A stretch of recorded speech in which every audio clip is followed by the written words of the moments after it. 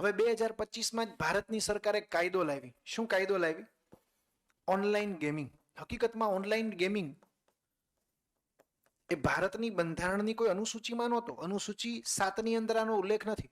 કારણ કે તમે જો આઝાદ થયા તો ગાંધીજીની કોઈ ઓનલાઈન ગેમ રમતા, મિની મિલેટિયા રમતા, એને એવું કંઈ હતું? કારણ કે હતું જ નહીં. તો અવશિષ્ટ યાદીનો વિશેષણ ભારત દેશના બંધારણનો અનુચ્છેદ 248 એવું કહે છે કે અવશિષ્ટ રિસ્યુડરી સબ્જેક્ટમાં અવશિષ્ટ બાબતોમાં કાયદો ઘડવાની સત્તા કોની પાસે છે? સંસદ પાસે. તો સંસદે કાયદો ઘડ્યો. કારણ કે આ ફેન્ટેસી ગેમનો ક્રેઝ બહુ વધ્યો હતો. યુવાનો બહુ જ મિત્રો આત્મહત્યા કરતા હતા. ઉછીના લઈને રૂપિયા રમ નાખે. કેમાં? ડ્રીમ 11માં કોહલી ઉપર ને રોહિત ઉપર ને ઉછીના લેતા હતા. કેટલા લોકો સુસાઇડ કરી લીધું. તો online gaming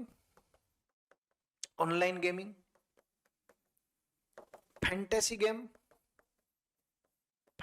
gaming and online gaming, fantasy gaming અને બીજી એક ગેમ હતી એને કહેવાય ઈ સ્પોર્ટ્સ. રેગ્યુલેશન એક્ટ બનાવ્યો.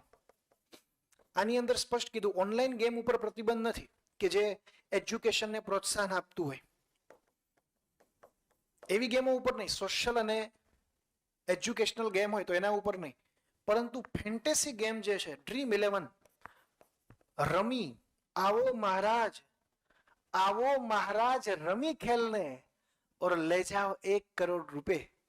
આવા એક માજી આવતા ને જાહેરાત કરવા, આવો મહારાજ રમી ખેલને. મહારાજને તમારે ગરીબ બનાવી દેવા છે, દરિદ્ર એટલે જ બોલાવે તમને. તો ડ્રીમ 11 ને રમી આ બધા ઉપર જેને કહેવાય ફેન્ટેસી ગેમ કે જેમાં ઓનલાઈન ટ્રાન્ઝેક્શન હોય. લોકોએ મિત્રો આનો લૂપહોલ ગોતી લીધો. બોલો અત્યારે આનું શું કરે ખબર? વિદેશમાંથી રમાડે છે. કારણ કે આ કાયદો ખાલી ભારતમાં જ લાગુ પડે તો વિદેશમાંથી લોકો રમાડે છે અને લોકો રમે છે. મહારાજને ગરીબ બનાવી નાખવાનો મૂળ. રમીમાં આવે એટલે ગરીબ બની જાય, ઉછીના લઈ આવવાના. અને ઘણી તો હવે તો આ લોકોએ એપ્લિકેશન ચાલુ કરી, લોન આપે.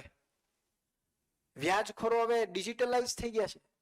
લોન આપે છે મિત્રો. બોલો 25% 30% કેના ઉપર? તો કે સ્ટુડન્ટ આઈડી ઉપર લોન આપે.